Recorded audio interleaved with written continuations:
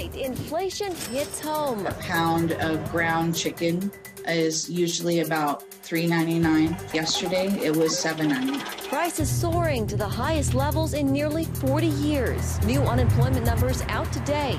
And the first Hispanic American to win statewide office. In the Virginia Constitution, there is a right to an education. The Attorney General to be's mission for Virginia. Plus, proof of life. 93% of women who have ultrasounds choose to keep their babies.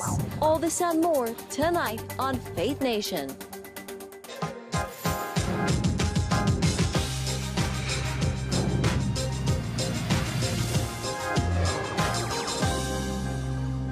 The Supreme Court delivers a big blow to the Biden administration's vaccine mandate. Good evening and welcome to Faith Nation. Here in Washington, D.C., I'm Jenna Browder. The High Court putting a stop to a Biden administration mandate requiring employees at large businesses either be vaccinated against the coronavirus or face weekly testing. The conservative majority on the court saying the administration overstepped its authority with the Occupational Safety and Health Administration's vaccine, writing, quote, OSHA has never before imposed such a mandate, nor has Congress. Indeed, although Congress has enacted significant legislation addressing the COVID-19 pandemic, it has declined to enact any measure. The three liberal justices disagreed, writing in their dissent, quote, acting outside of its competence and without legal basis, the court displaces the judgments of the government officials given the responsibility to respond to workplace health emergencies. Although the court blocked the mandate for businesses, it's still allowing the administration to move forward with the vaccine mandate for most healthcare workers. After the order came down, Senator Mike Braun of Indiana said he was pleased with the decision.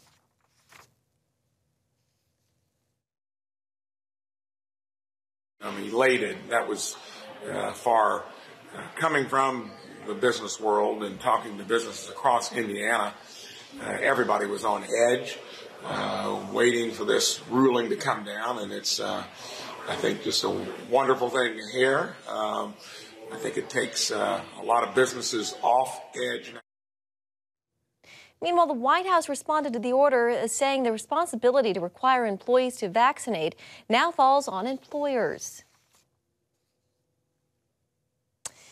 All right, and with that, let's bring in CBN News Chief Political Analyst David Brody. David, how big of a blow is this to the Biden administration?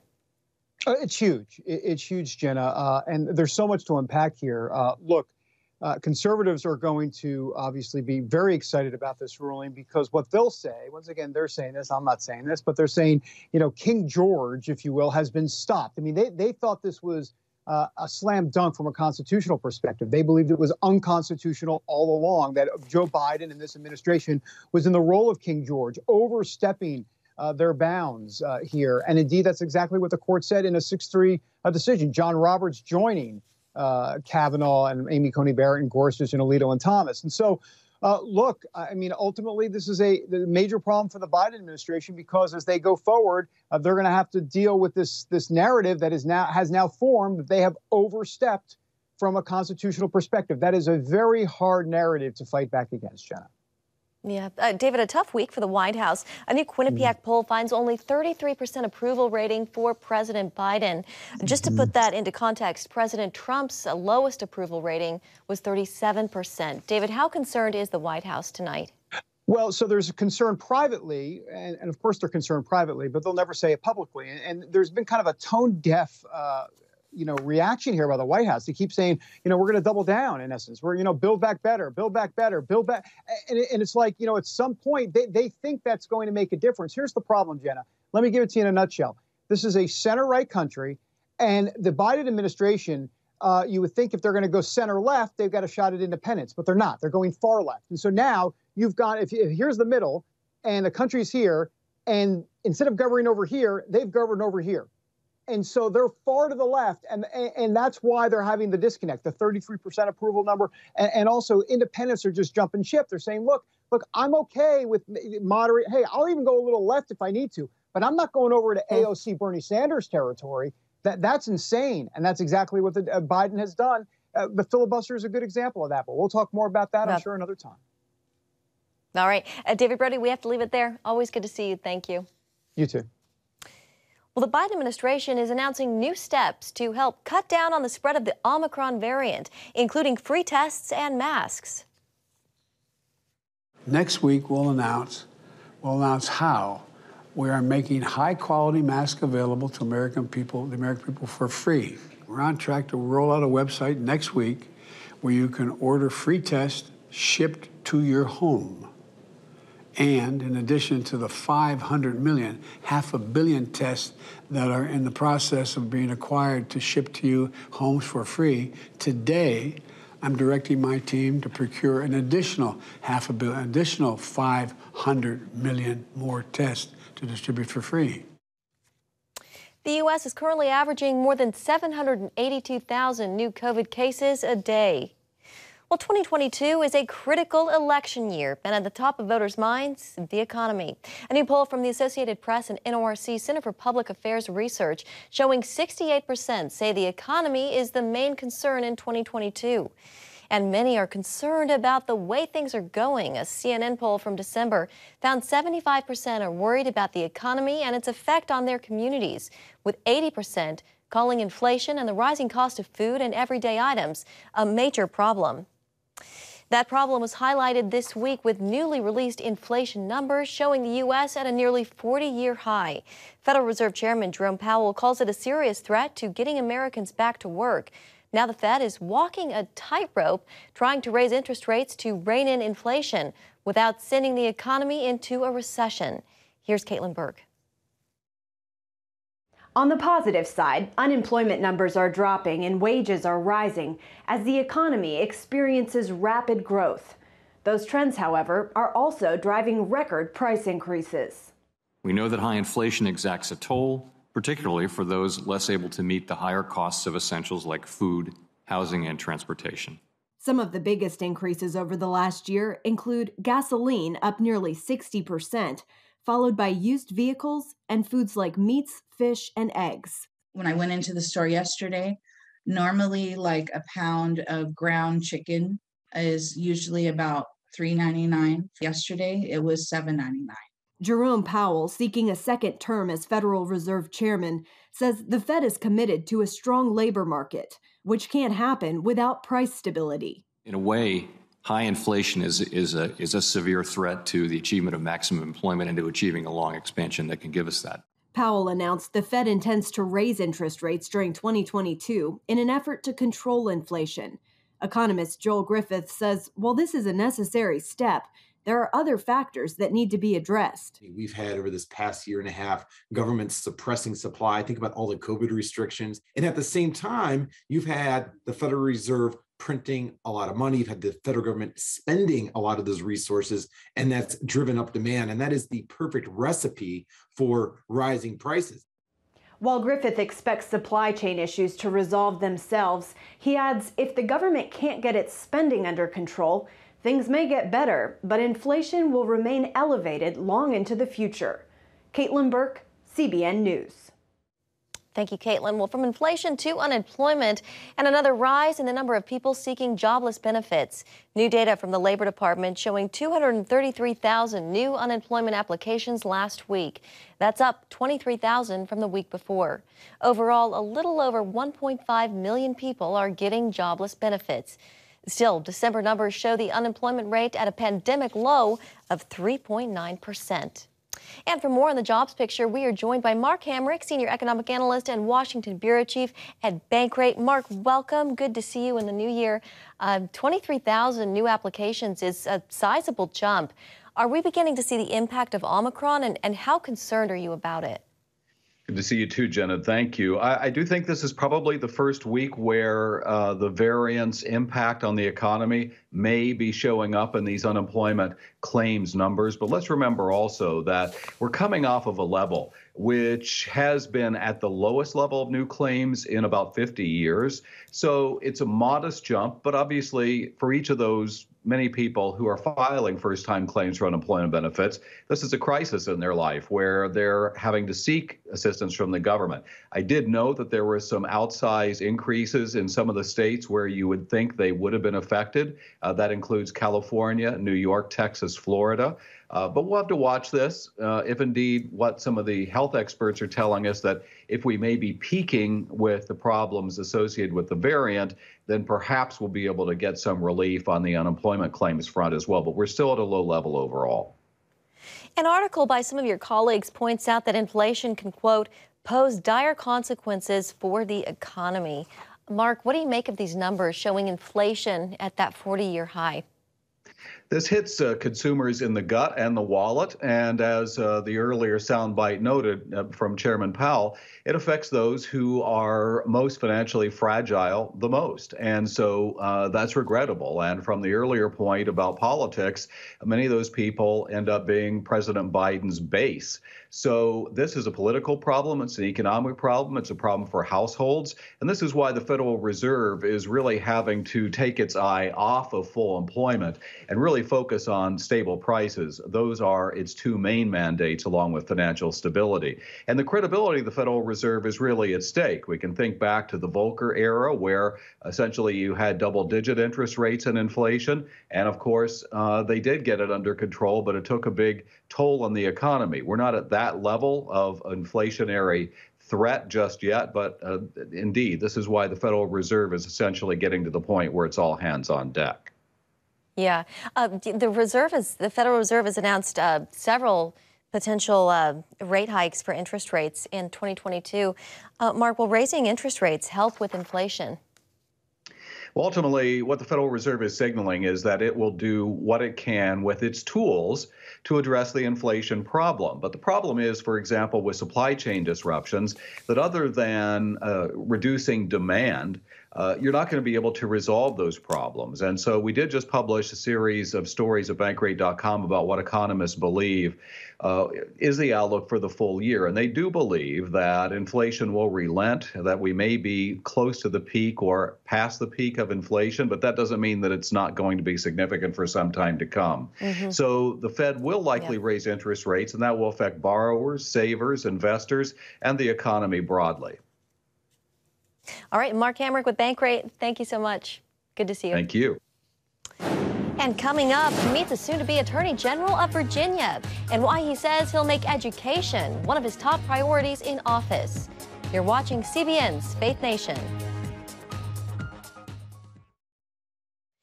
Welcome back. Saturday is Inauguration Day in Virginia, and it's historic for the Commonwealth. Not only will the Lieutenant Governor-elect, Republican Winsome Sears, become the first black woman to hold statewide office, Attorney General-elect Jason Miyares will become the first Hispanic to do the same. Here's Heather Sells. On November 2nd, Republican lawmaker Jason Miyares beat Democrat powerhouse Mark Herring in a close contest that saw two very different worldviews facing off. This election in Virginia was a lot of parents pushing back on a far-left liberal monopoly, saying, hey, enough is enough. We need some type of check and balance. Miyares helped make up a statewide Republican sweep, with Glenn Youngkin defeating Democrat Terry McAuliffe for governor and Winsome Sears taking the lieutenant governor's office. Miyares points out that parents frustrated with schools during the pandemic helped make the difference. Now he's focused on supporting them. In the Virginia Constitution, there is a right to an education, and the first step to that is if I'm a parent and I drop my child off at a school, I want to know above all else that they're going to be safe. As Attorney General, one of his first priorities is a high-profile investigation of Loudoun County schools. You have failed our students. Where sexual assaults, allegedly by the same offender, took place on two campuses. School authorities initially denied any knowledge of the reports. Now we turn out from internal emails and from Sheriff Chapman, they absolutely were aware of it. I want to make sure no future school board and no future superintendent in Loudoun ever makes the same mistakes they made in these situations. Miyares wants to make sure parents know their rights per the Virginia Code and Constitution, and will spell them out on his website. And given the controversy over raucous school board meetings, the incoming Attorney General supports parents who speak out at them. Parents have every right, as long as they're not breaking the law, not making any physical threats of violence, you have every right to voice your displeasure to your elected leaders. His leadership could thrust him into the national spotlight on this rapidly developing political issue. In September, the National School Board Association created a firestorm comparing vocal parents to domestic terrorists. Since then, the FBI has begun to track threats against school officials and board members, leaving the School Board Association in disarray. Axios reports that 17 state affiliates have now cut ties with the association and may even organize a competitor. Mayorkas also may emerge as a power player who brings new voters into the GOP. He envisions a diverse, working-class party that attracts immigrant families like his. In 1965, Mayorkas' mother fled Cuba and eventually brought the family to Virginia Beach, where Mayorkas still lives. He says many Latinos and others desire what his family also wanted. They view the Republican Party as a party of opportunity, entrepreneurship, individual freedom, individual dignity, and they're attracted to it. I've always believed in practicing the politics of addition, not subtraction. This immigrant outlook, combined with his faith, informs his outlook and policies. Romans chapter 12 is the great guidebook for, I think, servant leadership. And it impacts so much of my worldview, which is the individual dignity of the person, that we are all created, imago Dei, the image of God. And despite troubled times, Mayorkas holds a high view of the country, one that gives second chances to people from all backgrounds and is what he calls the American miracle. Heather Sells, CBN News. Thank you, Heather. Well, the pro-life fight in America. How new technology is changing the hearts of women considering abortion. That story next.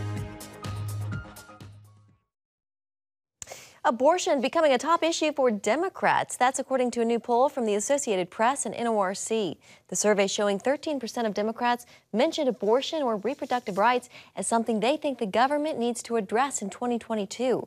For context, just 1% said the same back at the start of 2021. Advances in ultrasound technology are producing remarkable images of life in the womb. They're also making a big impact on the fight for life. As Charlene Aaron reports, 93% of women who have ultrasounds choose to keep their babies. Ultrasounds of the unborn often shed light on the reality of life in the womb. The technology has come a long way since grainy images from the early days of the abortion debate. Mia! Mia? Hi! Welcome! How are you? As a trained sonographer, Maria Christofelis is passionate about the unborn. She often talks to babies in the womb and says they often respond. They blink. You can tell if they're lefties or righties. They have reflexes. They hiccup. I mean, they're opening their eyes. You see their lashes. You see hair. You see dimples when they smile. You see them frowning. There's nothing they cannot do. As head of Pregnancy, a Fairfax, Virginia company that offers 3, 4, and 5D ultrasounds, Christofelis provides a unique experience for moms to see their growing baby in astonishing detail. She says many are amazed by what they see on the screen. Do you love Mommy? Oh my goodness. Can you hear me? Can you really hear us? Do you love your Mommy? Hi, Mommy. The initial thing is shock. They cannot believe that what they're seeing is real. Ultrasounds have also made a powerful difference in the fight for life. 93% of women who have one choose to keep their babies. 40 Days for Life, we see so many women that choose life after seeing their baby on an ultrasound, particularly when there's more than one baby, you know, twins. We just had a set of triplets saved during this last fall campaign. I feel really happy. It's really good to see the baby moving. Gives me a lot of peace. Here's the money shot. So cute. We got our heartbeat. The Crisis Pregnancy Center of Tidewater performs hundreds of ultrasounds each year. While not HD, the 2D sonograms they offer still make a difference. A lot of times our patients come in and they're not really sure how they're feeling about being pregnant. So the ultrasound really just makes it more real to them. A lot of times they're just uninformed. They're just told that the pregnancy is a blob of tissue or a clump of cells. These scientific advancements come at a time when the legality of abortion is being challenged. The country now waits for a U.S. Supreme Court decision in the case involving a Mississippi law that bans abortions after the 15th week of pregnancy. Many argue the outcome could directly threaten Roe v. Wade. Dr. Gracie Christie, a diagnostic radiologist and policy advisor for the Catholic Association, submitted a brief in the case, describing the science used in the 1973 ruling as outdated. At that point in the development of man's knowledge, as Justice Harry Blackmun put it in Roe, there was simply no consensus about when life begins. In other words, the fetus could not be said with any certainty to be alive, and therefore wasn't worthy of legal protection. I think that the science in 1973 was very different, and people had different conceptions about what was going on in the womb. But we can't say that anymore. Now with 3D ultrasound, you see actual, fat, plump cheeks. You see a baby sucking their little thumb and making facial gestures that are so human. Christie hopes the court will embrace the high-tech progress that reveals the humanity of preborn babies and end abortion in America. What we're hoping for is that the Supreme Court justices will make that heart-to-heart connection. A connection Christophilus sees making a difference through her work each day. Some of the clients come in and blatantly tell us, I'm considering an abortion. There's also stories that the women have said and come back to me, you had no idea that I was contemplating this.